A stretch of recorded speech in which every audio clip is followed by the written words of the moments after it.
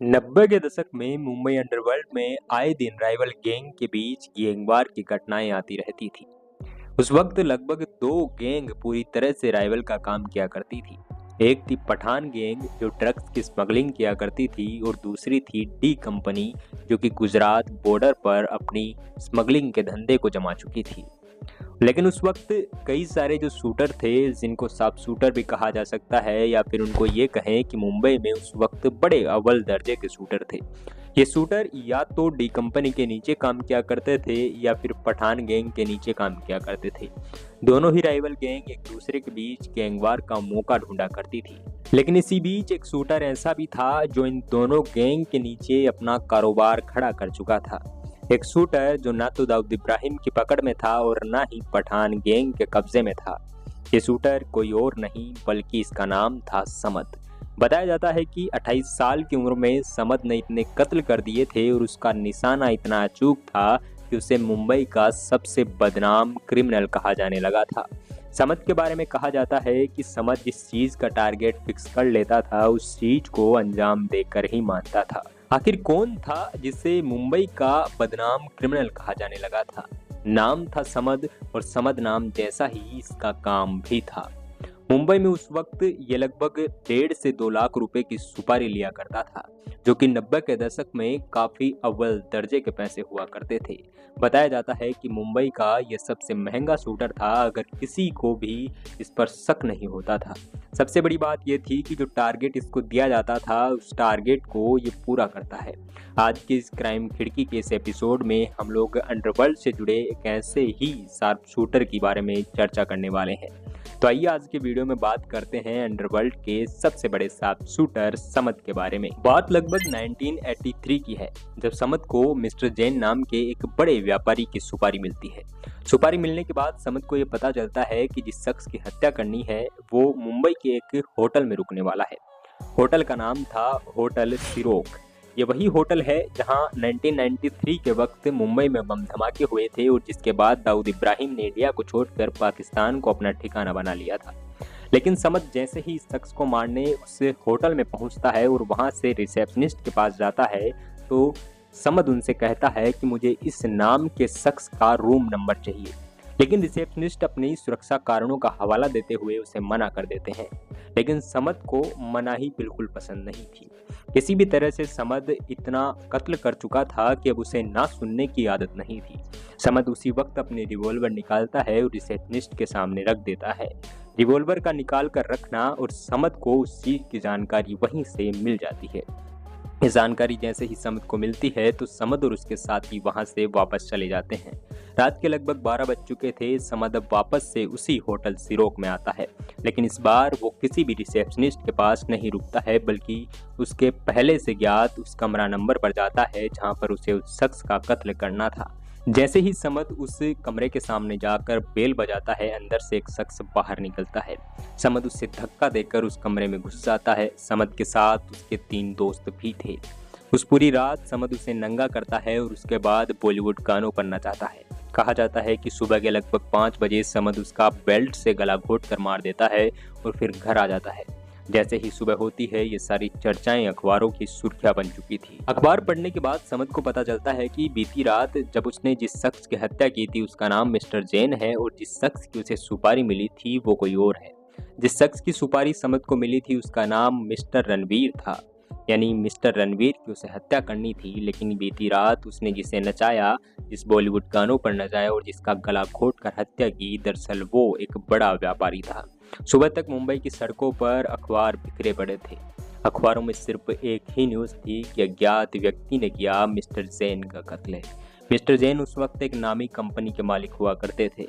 लेकिन इसके बाद समद को एक डर था। समद को डर था कि अंडरवर्ल्ड में उसकी इस बेवकूफ़ी के लिए कोई भी जगह नहीं है। इससे पहले कि किसी भी शख्स को इस बारे में पता चले कि समद ने इतनी बड़ी गलती की है, समद अपने फिक्स्ड टारगेट यानी जिस शख्स की उसे सुपारी मिली थी उसको भी निपटा देता है। साल 1993 की ही एक और बात समद से रिलेटेड बताई जाती है। बताया जाता है कि समद को उस वक्त पुलिस कोर्ट में पेश कर रही थी, लेकिन समद को पहले से ये पता चल चुका था कि सड़क के उस पार कोर्ट के सामने दूसरी पुलिस की एक टीम भी खड़ी है जो उसे कोर्ट से बाहर लाने के बाद अपने हवाले में ले लेगी और उससे पूछताछ करेगी। उस वक्त समद के खिलाफ काफ़ी पुख्ता सबूत थे, इसलिए समद अपनी गर्लफ्रेंड के साथ मिलकर एक प्लान बनाता है। समद की गर्लफ्रेंड का नाम था शिल्पा जवेरी। शिल्पा जवेरी के बारे में कहा जाता है कि वो काफ़ी ज़्यादा बेहतरीन कार ड्राइव करती थी और इसी चीज़ का फ़ायदा उठाते हुए समद को वो वहाँ से लेने के लिए आ जाती है। जैसे ही कोर्ट रूम के बाहर समद और पुलिस वाले निकलते हैं, उनकी तरफ एक बड़ी चमचमाती हुई कार जिसे एक लड़की चला रही थी। लड़की का नाम था शिल्पा जवेरी, जो पहले से समद की गर्लफ्रेंड थी। वो अपनी कार को फुल स्पीड में समद और पुलिस वालों की तरफ भगाती हुई लाती है। पुलिस वाले इस चीज़ को देखकर अफरा तफरी में भागते हैं और समद को वहीं पर छोड़ देते हैं। समद वहीं पर खड़ा रहता है। इसी बीच वो लड़की वहां पर उस गाड़ी को समद के सामने लाकर खड़ी करती है। समद ने आंव देखा न तांव उस गाड़ी में बैठ जाता है। बताया जाता है कि समद की जो गर्लफ्रेंड थी शिल्पा जवेरी, वो इतनी बेहतरीन कार ड्राइव करती थी कि उसने वापस से गाड़ी को ड्रिफ्ट मारा और वापस से पुलिस वालों की उसी टीम के सामने आई। सामने आने के बाद उसने पुलिस वालों को टाटा किया और उसके बाद समद को लेकर वहां से आंखों से ओझल हो गई। बाद में कहा जाता है कि समद उसके इसी काम से इतना इम्प्रेस हुआ कि कुछ समय बाद ही शिल्पा जवेरी के साथ उसने शादी भी कर ली। हालांकि शादी ज़्यादा लंबे टाइम तक नहीं चल पाई, क्योंकि इसके पीछे कई सारे कारण बताए जाते हैं।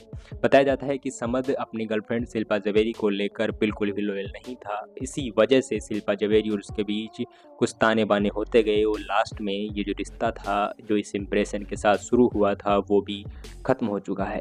समद से जुड़ा हुआ एक और किस्सा बताया जाता है कि 1983-84 तक आते आते समद को एक बार पुलिस गिरफ्तार कर लेती है।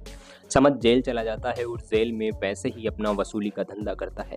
जेल में उसे नहाने का गर्म पानी से लेकर टीवी तक सब कुछ वहां पर मिलते हैं।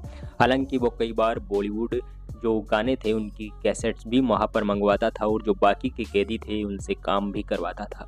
समद अब इतनी ज़्यादा जेल में चलाने लगा था, जबकि उसे पहले से पता था कि डी कंपनी के कई सारे गुर्गे इसी जेल में बंद हैं। लेकिन इस बात से बेखौफ समद अपना पूरा धंधा, वसूली का पूरा रैकेट उसी जेल से ऑपरेट करने लगा था। लेकिन समद जिस केस के अंदर उस जेल में आया था और उसकी जो गवाही थी, जो बेगुनाही थी, वो 2 चश्मदीदों के ऊपर टिकी हुई थी।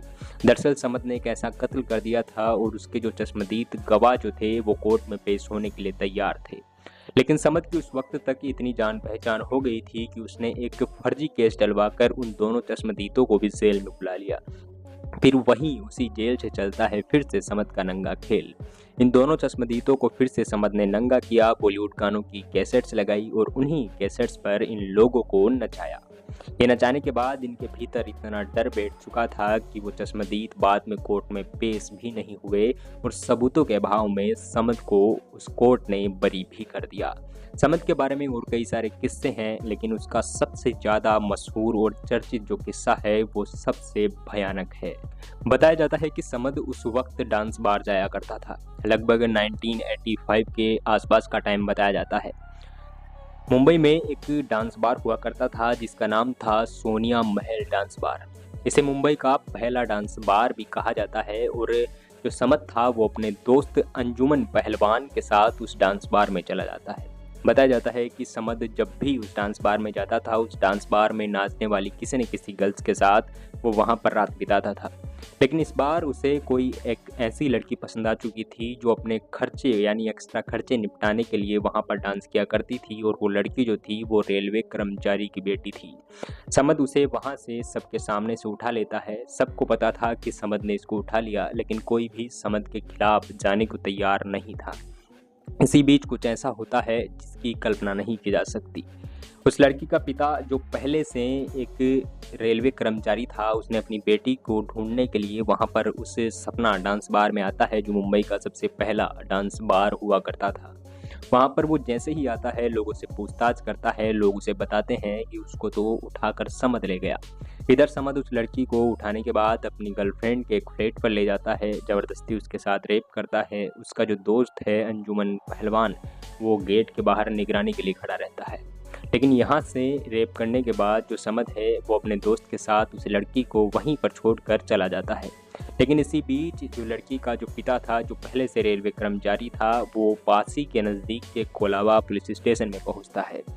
उस स्टेशन में जो वहाँ के उपनिरीक्षक थे सुरेंद्र, वो वहाँ पर एक ड्यूटी का काम कर रहे थे और वो पहले से समद के खिलाफ कई सारे एविडेंस कलेक्ट करने में लगे हुए थे, या फिर यूँ कहें कि समद को जेल में डालने के लिए वो पुख्ता सबूतों का इंतज़ार कर रहे थे, क्योंकि पहले भी वो समद पर काफ़ी सारी रिसर्च कर चुके थे और उनका टारगेट बन चुका था कि समद को किसी भी तरह से जेल की सलाखों के पीछे लाना। वो किसी मौके का इंतज़ार कर रहे थे। इतनी ही देर में उसी कोलावा पुलिस स्टेशन में उस लड़की का पिता वहाँ पर पहुँचता है। उसने पूरी बात बताई और एफआईआर दर्ज कराई, क्योंकि जो उपनिरीक्षक था, जो पुलिस का एसआई था, वो पूरी तरह से समद पर पहले भी रिसर्च कर चुका था। उसको पूरे उसके ठिकाने याद थे, पता थे। तो जो पुलिस वाला है उस लड़की के पिता के साथ उस ठिकाने पर पहुंचता है। जैसे ही लड़की के पिता और कोलावा पुलिस स्टेशन की जो टीम थी वो वहां पर पहुंचती है, लड़की एक कोने में बैठी हुई रो रही होती है। लड़की ने अपनी पूरी बातें बताई उस चीज़ के बारे में। अब कोलावा पुलिस स्टेशन के एसआई को पूरी तरह से खबर थी कि अब तो हो न हो, क्यों ना क्यों, समद को जेल जरूर होगी। लेकिन इसी बीच उसके केस के कुछ ही समय बाद जो समद था वो सरेंडर कर चुका था, क्योंकि समद को पता था कि अब हम बगावत करेंगे तो मारे जाएंगे, क्योंकि एनकाउंटर की भी उस वक्त बातें होने लगी थी। लेकिन अचानक कुछ ऐसा होता है कि समद के खिलाफ गवाही देने के लिए ना तो वो लड़की आती है और ना ही उस लड़की का पिता वहां पर आता है, और फिर से सबूते के अभाव में इस बड़े गैंगस्टर को छोड़ दिया जाता है। एक ऐसा शूटर था जो ना तो दाऊद इब्राहिम की गैंग में काम किया करता था, ना ही पठान गैंग में काम किया करता था, बल्कि एक इंडिविजुअल शूटर होते हुए उस वक्त अंडरवर्ल्ड में इतना आगे तक जाना और दाऊद इब्राहिम के गुंडों को जेल में वसूली का रैकेट में लगा देना, ये बड़ी बात थी। क्योंकि 90 के दशक में दाऊद इब्राहिम की जो गैंग थी उसके खिलाफ जाना मतलब सीधा सा सीधा मौत को अपने आप में बुलाना था। लेकिन ये एक ऐसा गैंगस्टर था, या फिर यूं कहे कि एक ऐसा शार्प शूटर था जिसे मुंबई का बदनाम क्रिमिनल भी कहा जाने लगा था। तो ये थी मुंबई अंडरवर्ल्ड के इस पूरे के पूरे गैंगस्टर यानी कि समद की कहानी। मुंबई अंडरवर्ल्ड से जुड़ी कई सारी और भी चीज़ें आपको हमारे एपिसोड क्राइम खिड़की और ऑडियो बुक में मिल जाएंगी। मिलता हूँ नेक्स्ट वीडियो में एक नई कहानी के साथ। तब तक के लिए थैंक यू। जय हिंद, जय भारत।